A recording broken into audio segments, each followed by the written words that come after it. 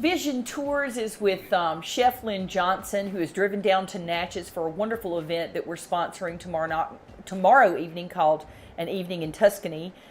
For your main course for this event tomorrow night here at Sunnyside B&B in Natchez, Mississippi, you have chosen a wonderful pork loin. I want you to demonstrate how to stuff that, Chef, if you would, for our audience. There's a few different ways. I don't like for all the stuffing to come out, so you can either cut a slot in it and try to pack stuff in there, but when you roll it, it's going to squeeze out. And so what I've done is I work backwards. I make a thin cut to make this flap come down, and then I take this knife on the flat and begin cutting like that. And each time I do that, pull back just a little bit more. Wow. Try not to cut your hand in the process. Of course. And it's almost like you're unrolling this. Exactly. So you've got to have the right kind of knife too, that sharp knife, of course. Okay, and you're going to get some unevenness, so you just make a slot and it lays out just a little bit. Okay. Basically flattening it. Yes. Without cutting it in half. That's right. All right. And then I will salt and pepper it, just a little bit of salt, because pork is naturally salty. And then whatever salt is left in the hand, you toss over the shoulder for good luck. Absolutely.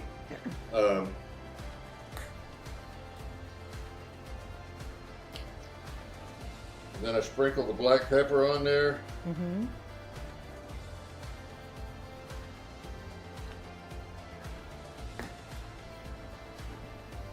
Excuse me. All right, now I've prepared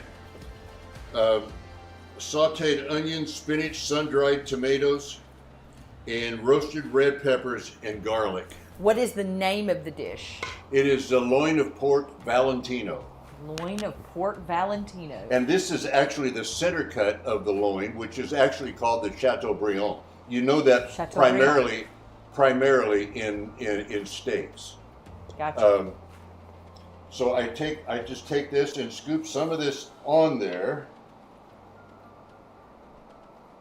and then I begin spreading it out. So as you cut this, after it's been roasted, you'll see the beautiful colors in every slice. Oh, lovely.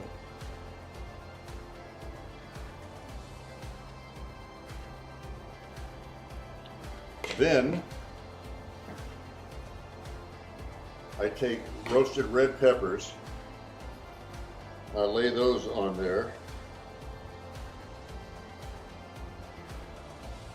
A lot of color in this dish and flavor. Very, very hearty dish. Yes.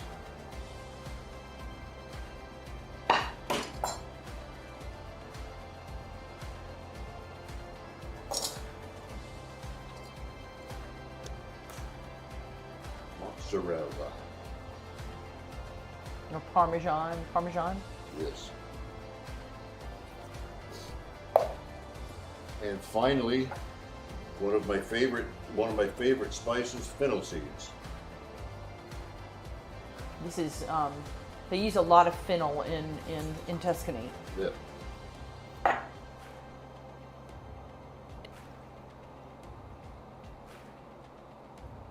Okay. Okay. So now I take this and lay it over and bring it together as I do with the cut side down. And what I'm going to do now is truss it up or tie it up. That towel is causing me fit today. Yeah, I see that.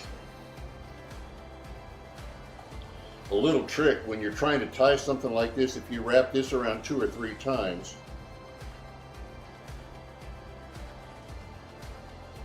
when you pull on it, it'll stay tight, let you get a knot on it. Gotcha. To hold it there. That's wonderful.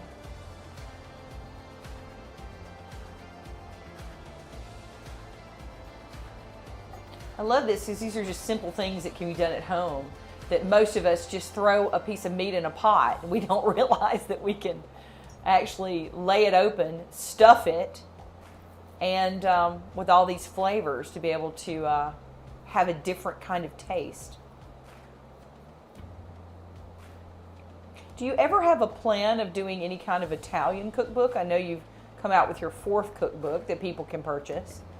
But could you make something? I've never really thought about it. I know everybody and their brother, it seems, does Italian cookbooks, and there's enough special chefs out there that are Italian that does their family's cookbooks and everything. What I am primarily interested in is providing a well-rounded menu, make it available to just regular home cooks, and show them that they don't need to be afraid of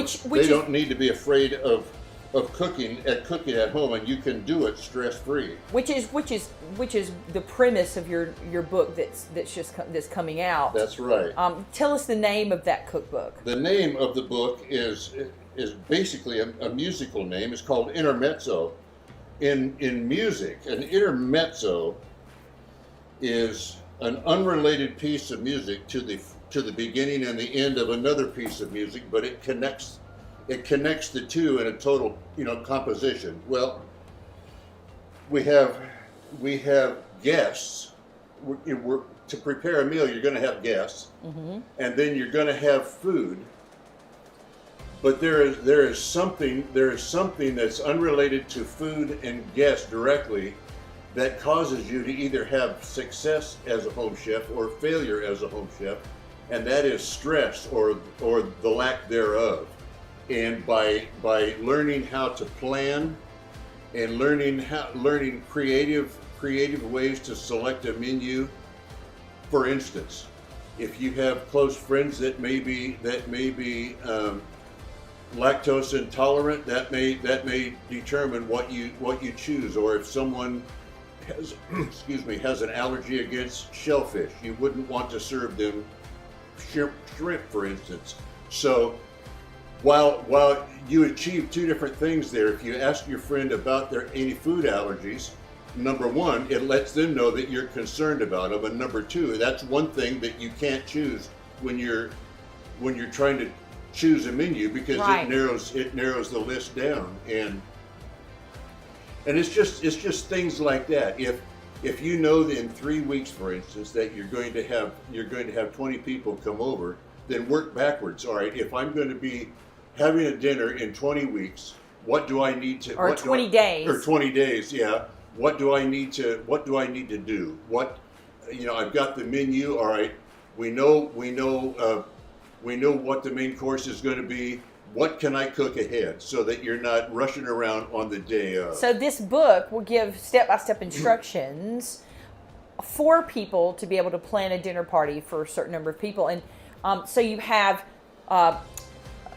10 different recipes for each course that can then be paired, you said before when we were speaking. Any appetizer will pair with any main course, and any main course will pair with any soup. And a lot of people don't like cooking with alcohol, for instance. So there is a section in the book, a natural substitutions for alcohol. So in other words, if you don't want to use white wine, use white grape juice, which is basically nearly the same thing, except there's no alcohol. And it has a list of different things. A list of the most common spices to keep in your kitchen and what they're used for. So with this one book, it will teach you how to plan your event. It will give you recipes to start you on your culinary journey, and you'll be able to serve the food. Plus, there's spices, and it tells you what to use, and you don't have to run back and forth between 2 or 3 different books. But the one thing that my readers say they love the most about my books is I include all kinds of note pages so that you can take notes at any particular recipe, what you did, so you'll remember the next time. Absolutely, absolutely. Well, we are so excited. Vizyon Tours is excited about this weekend at Sunnyside B&B. Everyone is going to be served by the staff here in different rooms so families can come and stay socially distanced. And we appreciate you coming down from Memphis. We look forward to collaborating with you, Chef, on future endeavors. And we wish you the best. And we are so happy to be eating your delicious food tomorrow night. Thank you. So thank you My so pleasure. much. Thank you for coming.